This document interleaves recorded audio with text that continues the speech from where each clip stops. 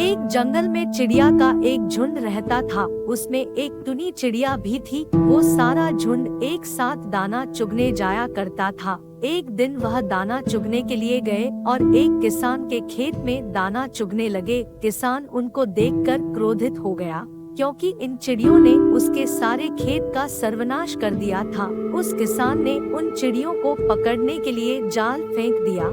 सभी चिड़िया उड़ने में कामयाब हो गई, सिवाय उस टुनी चिड़िया के। किसान ने उस टुनी चिड़िया को पकड़कर पिंजरे में बंद कर दिया और एक पेड़ पर लटका दिया और वहीं अपने खेत का काम करता रहा। काफी देर तक उसने चिड़िया की कोई सुध नहीं ली। अब टुनी चिड़िया धीरे धीरे परेशान हो गई। उसको अपने दो छोटे बच्चों की याद आई, जो घोंसले में बैठकर अपने भोजन का इंतजार कर रहे थे कि उनकी माँ कब उनके लिए भोजन लाएगी और उनकी भूख मिटेगी। यह सोचकर टुनी चिड़िया बहुत परेशान हो गई। वह बार बार किसान से उसे छोड़ने की गुजारिश करने लगी, लेकिन किसान ने उसकी एक नहीं सुनी। अब चिड़िया जोर जोर से रोने लगी और बताने लगी कि अगर वह नहीं गई तो उसके छोटे छोटे बच्चे भूख के मारे मर जाएंगे।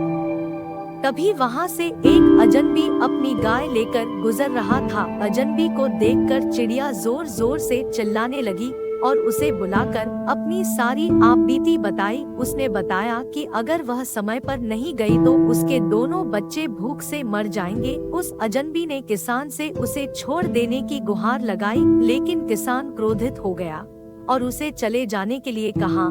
अजनबी ने कहा, भाई अगर तुम चाहो तो मेरी गाय ले लो, लेकिन इस बेचारी चिड़िया को छोड़ दो, नहीं तो इसके बच्चे भूख से मर जाएंगे। लेकिन किसान ने उसकी एक नहीं सुनी और अजनबी वहाँ से चला गया। चिड़िया बेचारी रोती रही। थोड़ी देर बाद वहाँ से एक हाथी वाला गुजर रहा था। चिड़िया ने जैसे ही उसको देखा, फिर से उसे बुलाकर अपनी आपबीती सुनाने लगी कि अगर वह समय पर अपने घोंसले में नहीं पहुंची तो उसके दोनों बच्चे बिलक बिलक कर मर जाएंगे। हाथी वाले को दया आ गई और उसने किसान से चिड़िया को छोड़ देने के लिए कहा। किसान क्रोधित हुआ और बोला कि इस चिड़िया ने मेरी सारी फसल बर्बाद कर दी है।